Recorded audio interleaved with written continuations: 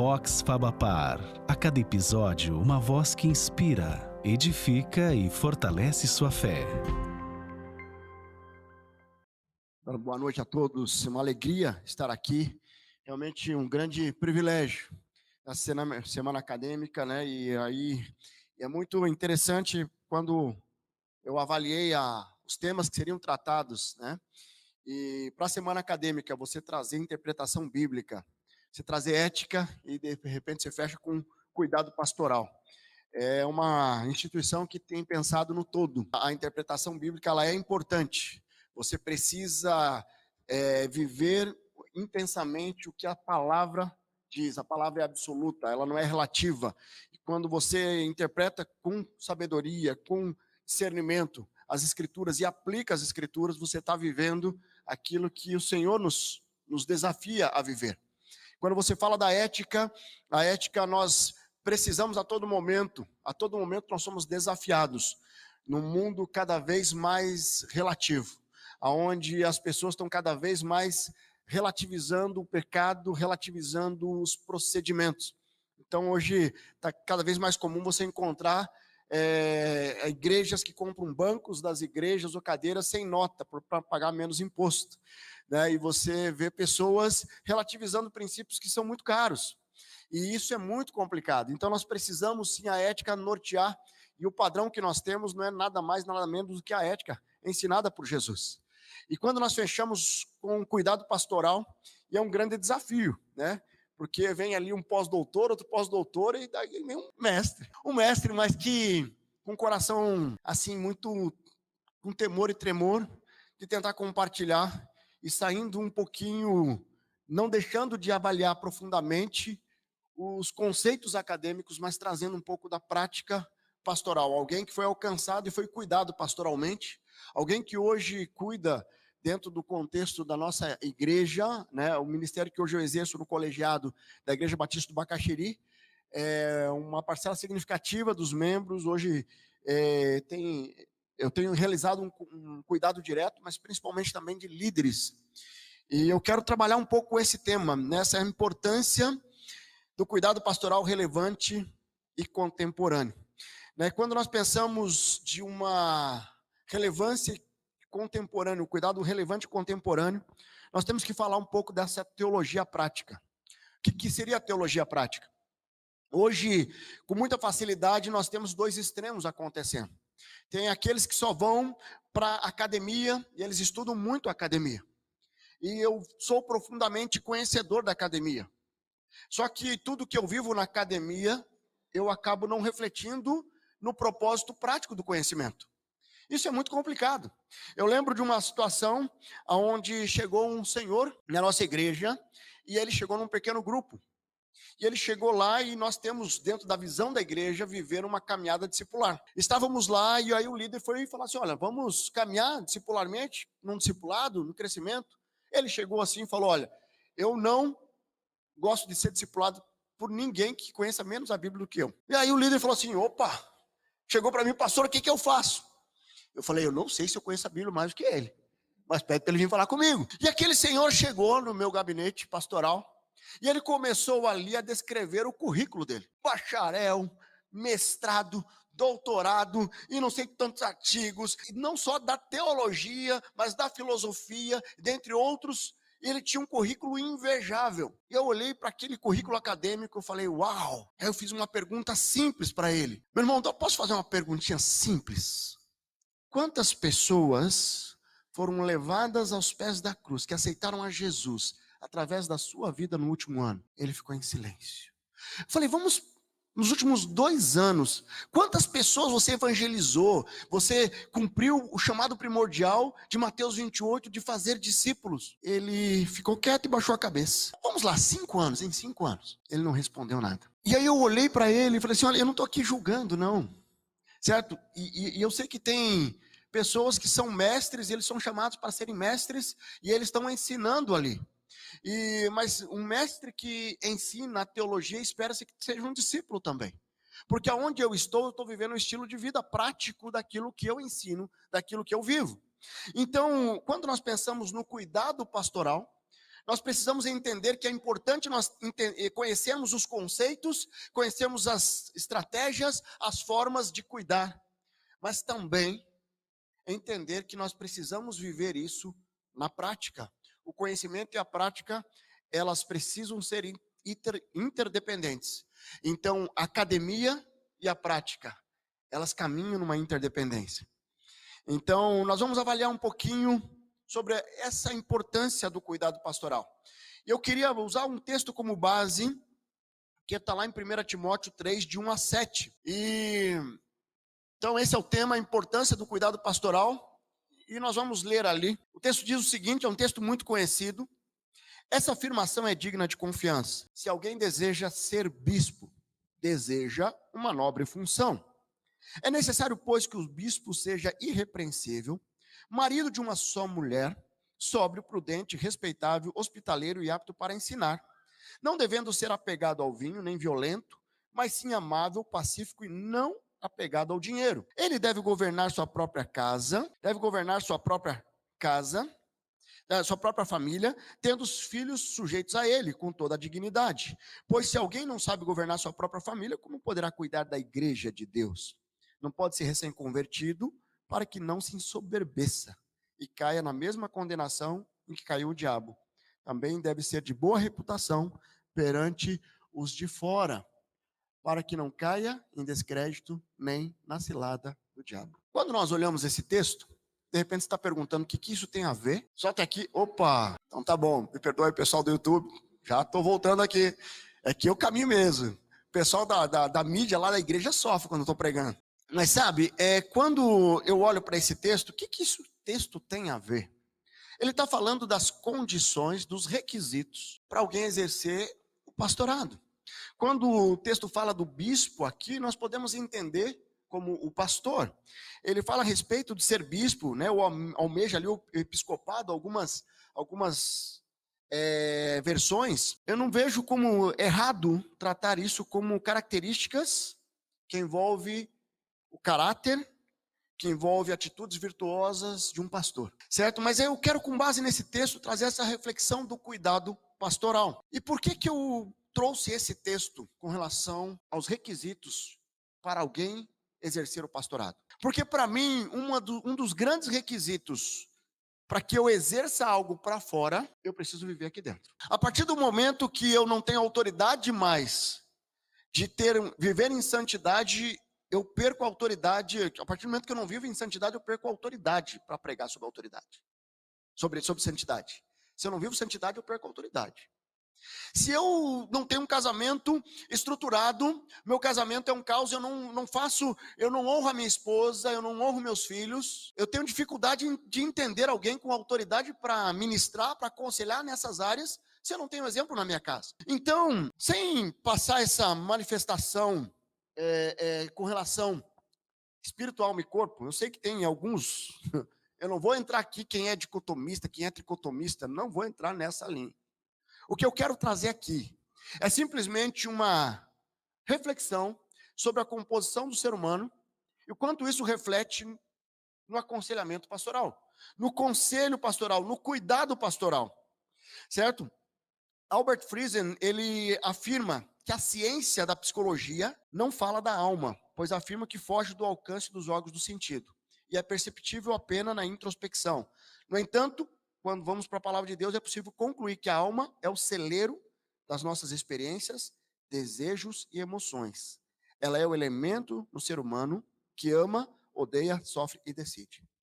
O primeiro passo para entender o cuidado pastoral é eu entender que todos nós temos um espírito, uma alma, independente do entendimento tricotomista e dicotomista, e temos um corpo. E a alma é o centro das nossas emoções. E as nossas emoções, o que nós sentimos hoje, ela é fruto das nossas experiências, é fruto do ecossistema onde nós fomos criados e das experiências que nós tivemos até aqui. Eu não tenho como falar sobre o cuidado pastoral com as ovelhas sem falar do cuidado que eu tenho que ter comigo.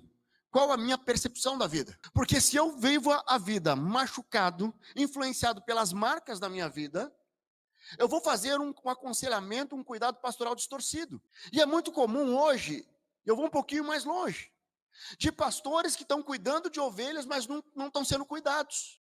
E é como se o pastor tivesse imune de ter problemas e ter dificuldade. Pastor não pode ficar depressivo. Imagine, isso aí seria um escândalo. Pastor não pode ser tentado. Pastor não pode vacilar.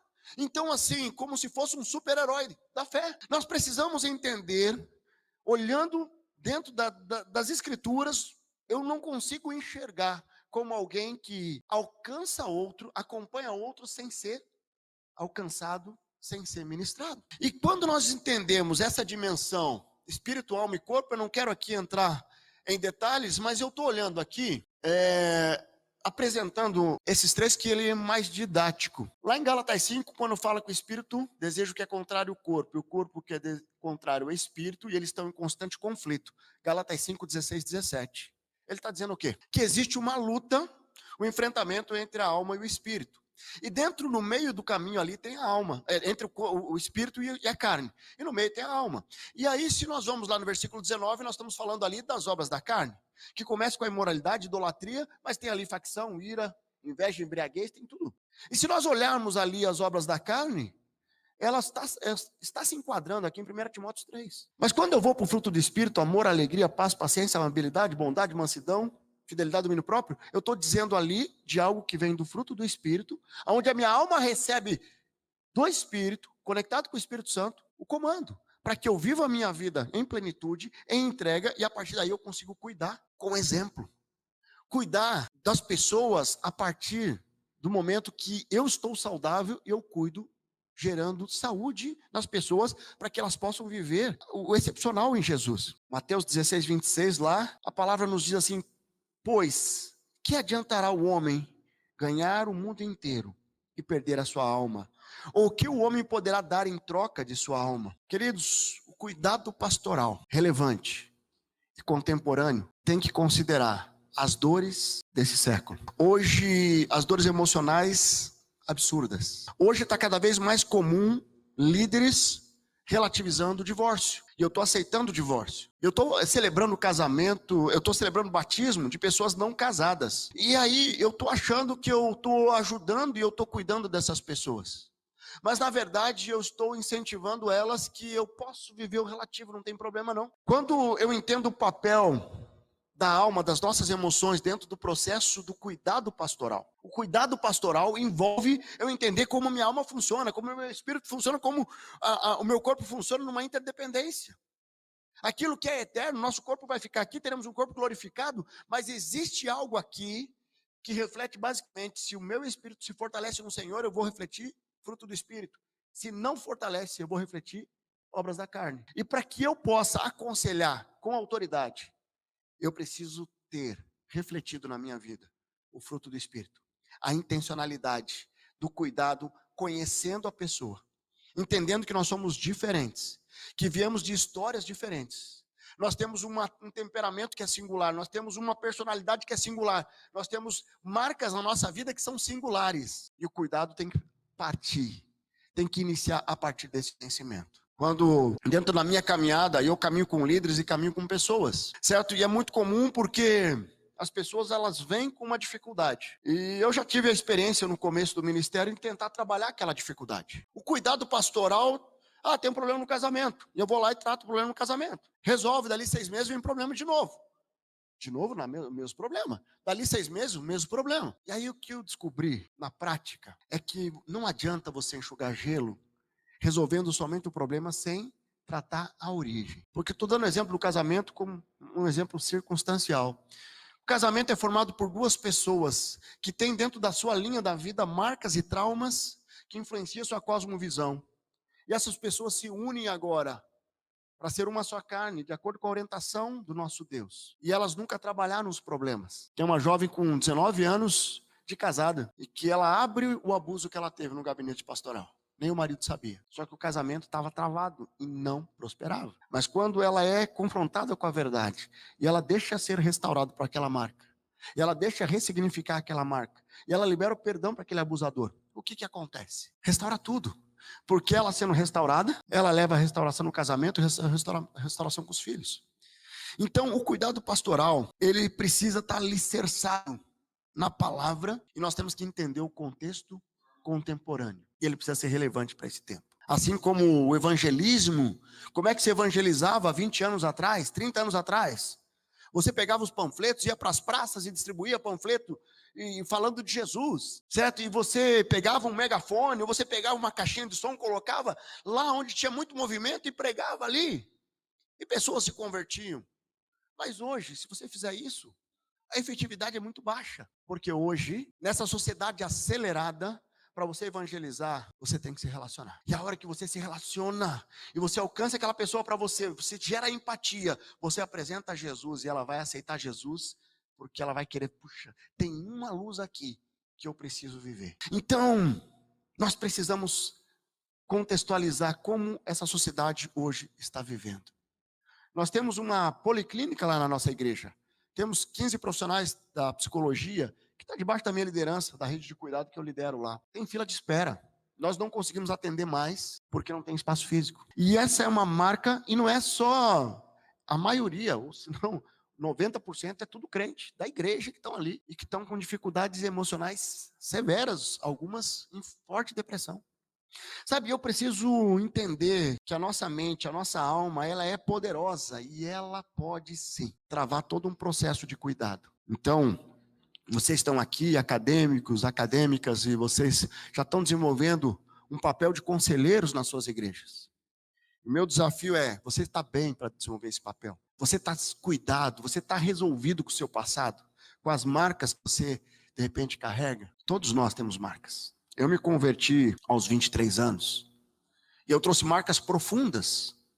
Eu era viciado em pornografia, masturbação, mentira. Eu com 18 anos, eu estava no quartel, fui coautor de um aborto. Eu levei um colega do quartel e a namorada para fazer um aborto. E eu me converto aos 23 anos. E eu comecei a olhar, na minha conversão, eu fui muito cuidado pastoralmente. E o que eu fui levado a enxergar que aquelas marcas que eu tinha, eu precisava restaurar. E eu lembro, antes da minha ordenação ao ministério pastoral, eu fui para um momento de intimidade profunda com o Senhor. E eu perguntei, Deus, tem alguma coisa ainda que não está restaurada? E Deus me traz, você precisa conversar com seu pai. Eu trago meu pai lá de Cascavel para Curitiba. E eu sento com ele. Ele não tinha ideia o quanto ele tinha me machucado na minha adolescência, na minha juventude. E eu consigo restaurar. Isso foi fundamental, porque isso não impactou somente no meu ministério e aquilo que Deus tem feito na minha vida ministerial. Mas quando eu olho para minha família, 20 anos de casados, quando eu olho para meus filhos, eu vejo um mover de Deus tão grande, porque o passado é um grande professor, mas é um péssimo companheiro de caminhada. Então, olhando academicamente, você tem todo o ensinamento ali, mas você precisa transformar isso numa prática de cuidado intencional. Esse negócio, o tempo sara. Não sara. Então, o que nós precisamos entender é que o conselheiro, o pastor que vai cuidar de pessoas, ele precisa ser cuidado. E cuidado com a autossuficiência. Tem muito pastor que não gosta de ser cuidado. Ele acha que está mostrando fragilidade. Todos os pastores que eu tenho acesso, eu tenho falado, eu tenho perguntado, quem está discipulando você? Pastor Silvado, nosso pastor presidente, 40 anos de ministério, 34 só na IBB. Quem está discipulando o pastor Silvado? Aí tem um pastor, David Cornwell, está discipulando ele. Tem mais 2 colegas que caminham junto, lado a lado. Sabe, tem coisas que nós precisamos ser intencionais, senão nós perdemos a autoridade para viver o que Deus espera nesse cuidado pastoral. E diante disso, desse pano de fundo, qual que é o papel da perspectiva das Escrituras com relação a esse cuidado? E aí por isso que eu quero voltar no texto ali de Filipenses, no texto de 1 Timóteo, né? Mas antes disso, eu quero trazer esse texto lá de Filipenses, que ele diz o seguinte: irmãos, sigam unidos o meu exemplo e observe os que vivem de acordo com o padrão que eu lhes apresento. Pois como já lhe disse repetidas vezes, agora repito com lágrimas, há muitos que vivem como inimigo da cruz de Cristo. Quando eu olho para esse texto, eu preciso viver o que eu prego, seja meus imitadores, como eu sou de Cristo, como o apóstolo Paulo fala em 1 Coríntios. E por isso que quando eu olho para essa lista de atribuições do pastor, eu sou confrontado, eu tenho vivido isso. Porque eu, como líder e como conselheiro, que estou cuidando de pessoas, eu preciso viver para ter autoridade de cuidado, como eu já falei. Durante a pandemia, eu fui surpreendido com uma jovem de outro estado, filha de um pastor que foi um pastor muito conhecido na denominação. E ela me procurou, me mandou uma mensagem no meu Instagram, falando assim: pastor, eu posso ter uma conversa com o senhor? Eu falei: claro, marquei uma conversa. Aquela conversa desdobrou num aconselhamento, num cuidado pastoral. E assim como eu faço, eu comecei a conhecer a história dela e ajudar ela a identificar marcas e restauração na vida dela. E aí até que chegou no momento de falar do pai pastor de uma igreja. E aí vem a seguinte informação: o pior mês para nós como família é o mês da família, porque a minha mãe não consegue ficar no culto, eu e meus irmãos não conseguimos ficar no culto quando meu pai começa a pregar sobre família, porque ele prega tudo o que ele não vive, sabe? É de chorar. Eu fico imaginando um líder que vive a hipocrisia que foi tão combatido por Jesus. Por isso que vocês estão aqui na Fabapar, vocês estão fazendo a preparação acadêmica para viver um ministério,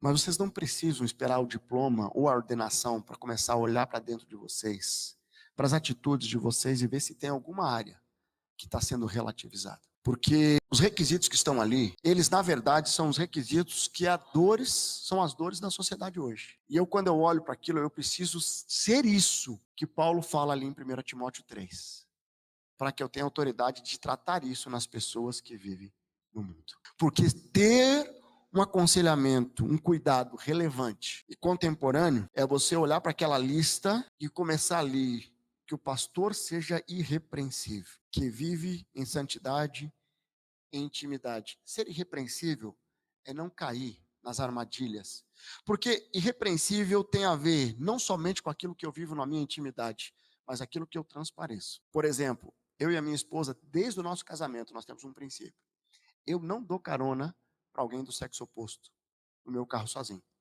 E a minha esposa não dá carona também para alguém do sexo oposto.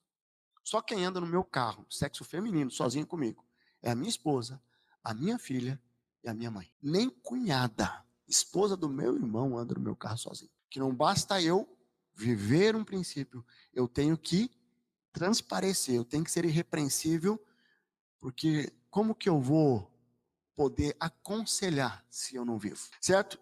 Marido de uma só mulher, ele vai trabalhar um contexto familiar. Certo? Você começar a sondar a sua mente. Hoje, infelizmente, se nós fôssemos fazer uma pesquisa pelo número de pessoas que estão viciadas em pornografia, existe muito pastor nessa lista, que vive uma vida oculta. Certo? Eu estou cuidando tanto das pessoas. Já viu esse em algum lugar? O pastor cuidou tanto das pessoas que perdeu os filhos, perdeu o casamento. Já viu isso? É tão comum, porque o pastor cuida tanto das pessoas de fora. E ele não tem tempo de qualidade com a esposa, não tem tempo de qualidade com os filhos. Daí a esposa chega ali no momento que há um distanciamento natural, o sexo que era semanal passou a ser mensal, passou a ser semestral, anual, e agora já tive caso de aconselhar pessoas com 5 anos sem ter uma relação sexual com a esposa. É muito sério. Nós precisamos entender essas orientações que vêm para nós aqui. Nós precisamos olhar para o nosso coração e viver, porque é isso que a sociedade vai apresentar: as dores. Sóbrio e não apegado ao vinho. Ah, mas hoje está muito comum. Um vinhozinho não faz mal a ninguém. Só uma tacinha. E eu não sei o mal que isso está gerando. Eu lembro que nós tivemos lá em Israel. Em Israel tinham 2 pastores aqui da nossa cidade, que estavam juntos na mesma comitiva lá. E nós chegamos lá em Israel e fomos a Israel tal, e tinha uma escala em Roma. E Roma separaram lá um lugar para nós comermos lá pizza. Já estava no preço a pizza e o vinho. O vinho era gratuito. Já estava incluído no preço. A hora que chegamos lá, tinha 2 pastores lá que estavam mandando ver o vinho. E tinha as ovelhinhas dele que estavam lá. Ah, se o pastor pode beber, eu também posso. Certo? E aí, eu fico pensando, e se uma dessas ovelhas começar a beber socialmente porque o pastor está bebendo? É só um vinhozinho social. Só que ela tem um gatilho para o alcoolismo. Uau, é muito perigoso. Você ser abstêmico é algo que existe uma orientação clara, porque você vai tratar muitas pessoas com alcoolismo e muitas pessoas que não vêem mal nenhum. Eu só bebo socialmente, mas você vai conseguir aconselhar com autoridade. Prudente, né? Então você ser prudente perante a sociedade, você ser responsável, respeitável, hospitaleiro, apto para ensinar. Aqui, ó, ele está tratando de algo que tem a ver comigo, tem a ver com o meu emocional, tem a ver com a minha postura, com a minha ética, mas tem a ver também com conhecimento cognitivo, apto para ensinar. Eu preciso buscar conhecimento, certo? Eu não vou aí, deixa a vida me levar, a vida leva eu. Hoje, muitos pastores estão buscando somente o conhecimento dos coaches de internet.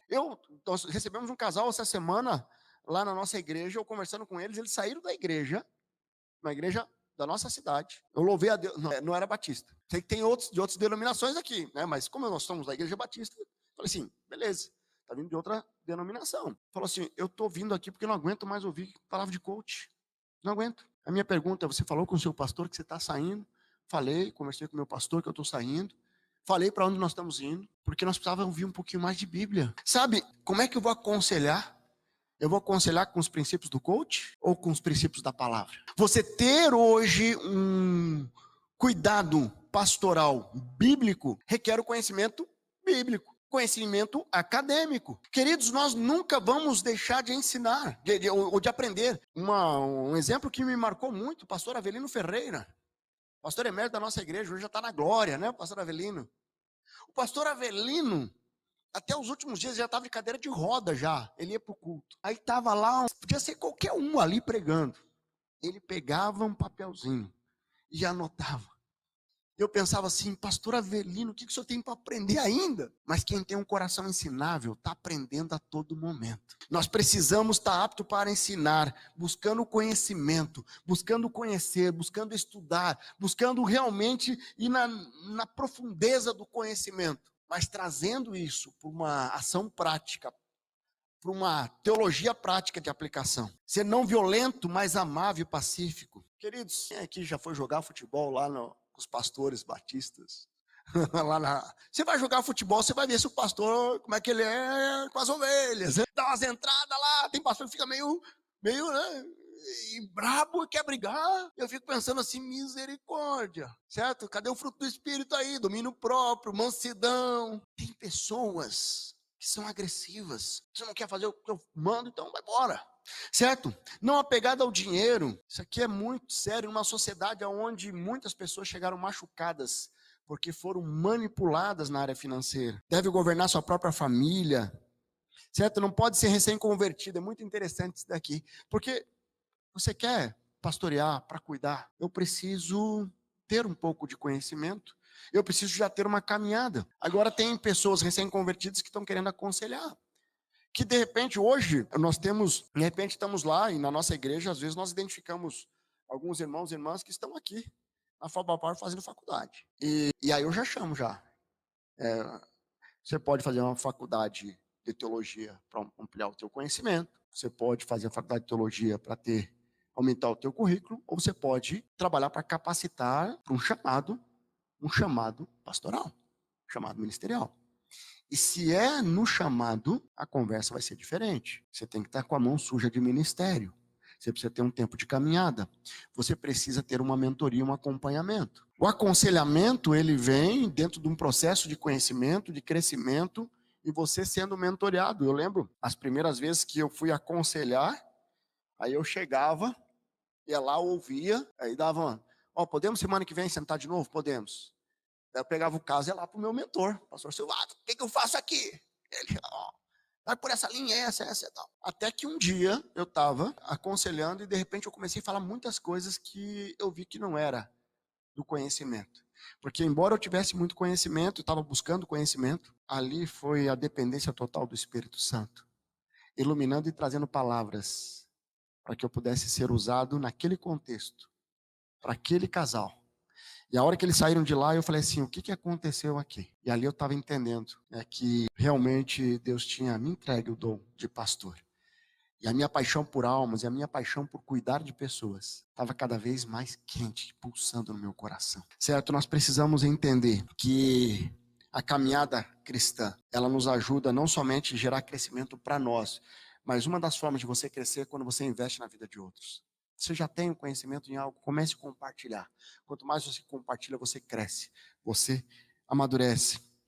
Certo? Então, é muito legal. Irrepreensível, moderado, respeitável, apto a ensinar, não violento, pacífico. Marido de uma só mulher, sensato, hospitaleiro, não apegado ao vinho, amável, tanta coisa. Pastor que vive essas características tem autoridade para cuidar com relevância do povo de Deus nesse tempo.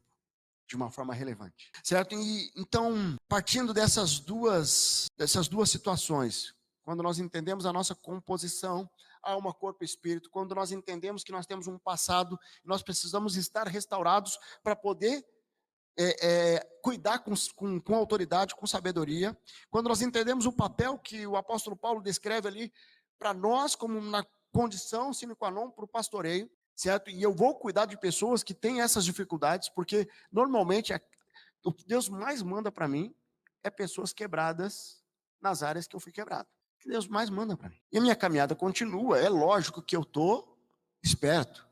1 Coríntios 10, 13 fala que não sobreveia tentações que não fossem comuns aos homens, mas Deus é fiel. Ele não permitirá que você seja tentado, além do que possa suportar, mas quando for tentado, peça a Ele que providenciará escape para que possa suportar. Então eu mantenho os limites, eu mantenho o cuidado. E eu aconselho as pessoas a terem esse cuidado também. Mas sabe, e além disso, nós precisamos entender como é que nós podemos, o papel, sumiu ali. Como desenvolver um cuidado pastoral relevante. E aí eu fiquei pensando assim, beleza, nós cuidamos de nós, eu cuido de mim, eu estou restaurado. Eu entendo como a minha vida funciona, eu entendo como quem eu estou aconselhando funciona, eu vou seguir as orientações, eu não vou flexibilizar princípios. Mas e agora? Dentro desse contexto, o que eu posso fazer para cuidar com relevância nesse tempo?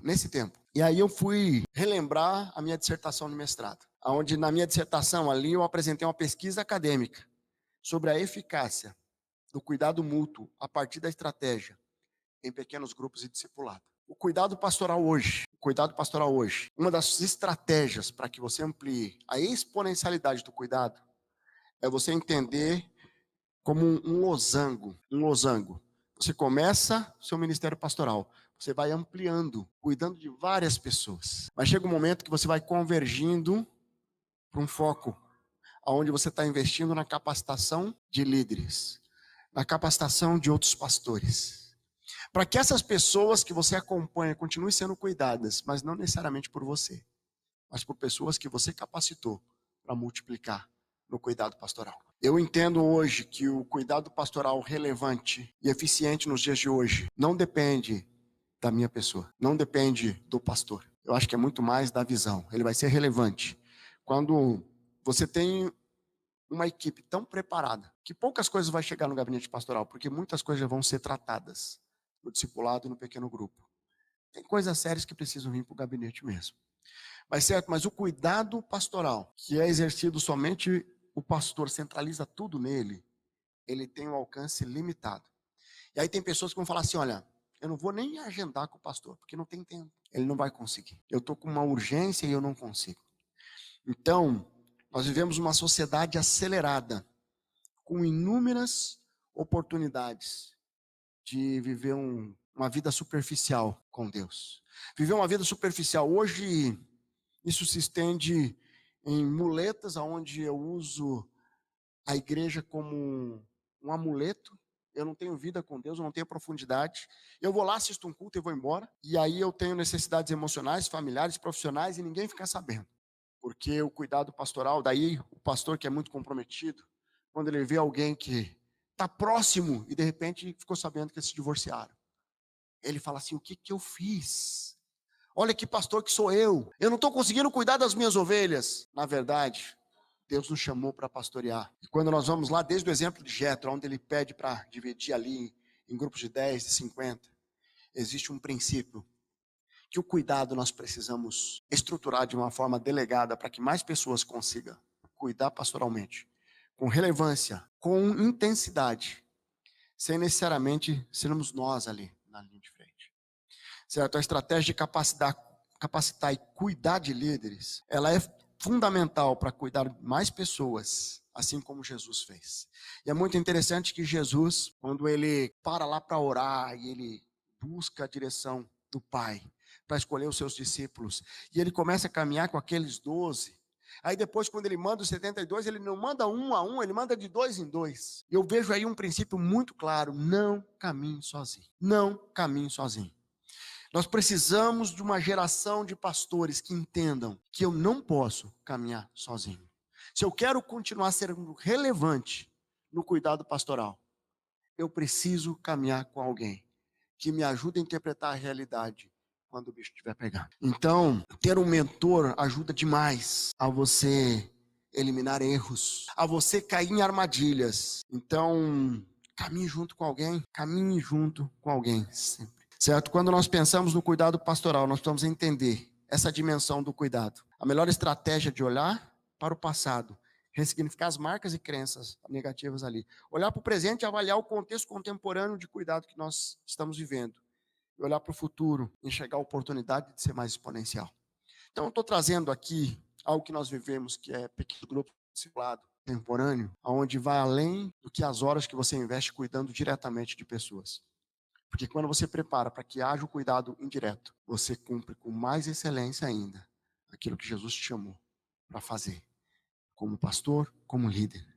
Então, é um desafio, às vezes, nós quebrarmos alguma cultura que vem passando de geração em geração. Mas servir no reino é entender que nós temos uma diretriz. Uma diretriz, quando nós vamos lá na igreja primitiva, é muito interessante.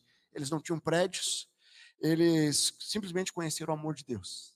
Estavam numa sociedade pagã e decadente, mas eles começam ali a cuidar de pessoas, a transmitir o evangelho, se reunindo nas casas, né? E nós precisamos dar importância ao que é importante, cuidando da boa doutrina, buscando conhecimento acadêmico, mas sendo intencional na aplicação. O grande desafio é cuidar e garantir que todos sejam cuidados com seu pastoreio, as ovelhas que Deus confiou a você. Mas para que isso aconteça, você precisa ser intencional na preparação de discípulos que possam gerar novos discípulos. Cuidando de pessoas, gerando pessoas saudáveis que gerem discípulos saudáveis. Você vai investir em líderes, um líder saudável vai levar liderados saudáveis. Consequentemente, você estará numa igreja saudável. Então, esse é o desafio que eu queria deixar nessa noite, desse cuidado relevante e contemporâneo. É isso que nós temos vivido e eu tenho vivido com intencionalidade. Eu queria deixar esse desafio para vocês. Não se auto-sabotem achando que vocês são super-heróis. Tem pessoas que vão ficar pelo caminho. Tem pessoas que você investe e ela não quer ser cuidada. Tira essa culpa de você, tira o chicotinho, certo? Você vai fazer o seu melhor, o seu papel, com o coração alinhado com o Senhor. E cuidado com as armadilhas revestidas de uma religiosidade. Hoje, existem muitos pastores que estão vivendo um ativismo na igreja e estão negligenciando o que é mais fundamental, que é o tempo com Deus, o tempo com a família, com a esposa, com os filhos. Eu, antes da minha ordenação ao ministério pastoral, eu cheguei para minha esposa e falei assim: querida, você sabe que eu amo cuidar de pessoas. E se eu não for ajudado, eu vou me perder. Então, eu quero te dar liberdade para você me fazer pisar no freio. Eu lembro uma vez que segunda-feira eu fiquei até mais tarde atendendo e tal. Terça-feira teve não sei o que, eu fiquei até mais tarde. Na quarta-feira ia ter um encontro de homens. E tinha um cara fera lá. E aí eu liguei para ela: amor, vai estar o fulano aqui, eu vou ficar aqui no encontro de homens, o que você acha? Aí ela falou assim: claro, amor, pode ficar. Você quer que eu leve o colchãozinho para você dormir na igreja? Aí eu falei: já entendi, eu tô indo para casa. E eu fui para casa. Já inúmeras vezes eu sentei, eu saio separadamente com os meus filhos. Como é gostoso você viver essa liberdade. Minha filha começou a namorar há 18 anos, misericórdia. Sabe, mas eu converso com ela sobre tudo, sobre sexualidade, sobre drogas, sobre futuro, sobre tudo. Porque desde os 2, 3 anos de idade, tempo de qualidade com os filhos foi algo inegociável. Então, para você cuidar com relevância essa sociedade contemporânea, viva uma vida relevante com o Senhor, não negligenciando seu tempo com Deus, seu tempo com a sua família, porque é isso que vai te capacitar e Deus vai honrar o seu ministério de uma forma tão linda e tão especial. Você vai ver os frutos da sua obediência e do seu coração ensinável. Tá bom? Eu queria orar por você. Você pode fechar seus olhos aí? Eu quero finalizar esse tempo orando. Já devolvo a palavra ali para o professor Lucas. Talvez você veio para a semana acadêmica e eu pedi até liberdade para ser um pouco menos acadêmico e um pouco mais prático, porque eu entendo muito relevante. Nós temos o conhecimento, mas conhecimento sem uma aplicação prática, ele se torna muito vazio e efêmero. Jesus deixou muitos ensinamentos, mas ele deixou muitos exemplos práticos de cuidado, de amor, de entrega. Eu quero desafiar você, a você sondar o teu coração, e você, de repente, vai ressignificar algo o seu conhecimento. Você vai buscar o conhecimento, sim, cada vez com mais profundidade, crescendo academicamente, mas com o coração sensível, buscando em Deus oportunidade da aplicação prática, uma teologia prática. Deus amado, somos gratos ao Senhor pela sua fidelidade, pelo seu amor, pelo seu cuidado. Agradecemos a Deus ao Senhor pelo nosso chamado. Pessoas vocacionadas aqui. Podemos ter alguém que está fazendo a faculdade sem necessariamente ser vocacionado, mas buscando mais conhecimento para ampliar a capacidade de ação em cumprir o chamado primordial de fazer discípulos, de ensinar a obedecer, de cuidar, de amar. O amar ao Senhor sobre todas as coisas e amar ao próximo como a nós mesmos. 2 mandamentos primordiais. Deus abençoa, capacita cada líder, capacita cada pastor, cada conselheiro, conselheira, pastoras aqui. Deus, que em nome de Jesus, o Senhor esteja nos capacitando e nos alertando as armadilhas que possam desviar da rota que o Senhor nos chamou, para vivermos como discípulos e como líderes para a expansão do seu reino. Essa é a minha oração de gratidão em nome de Jesus. Amém. Obrigado, queridos.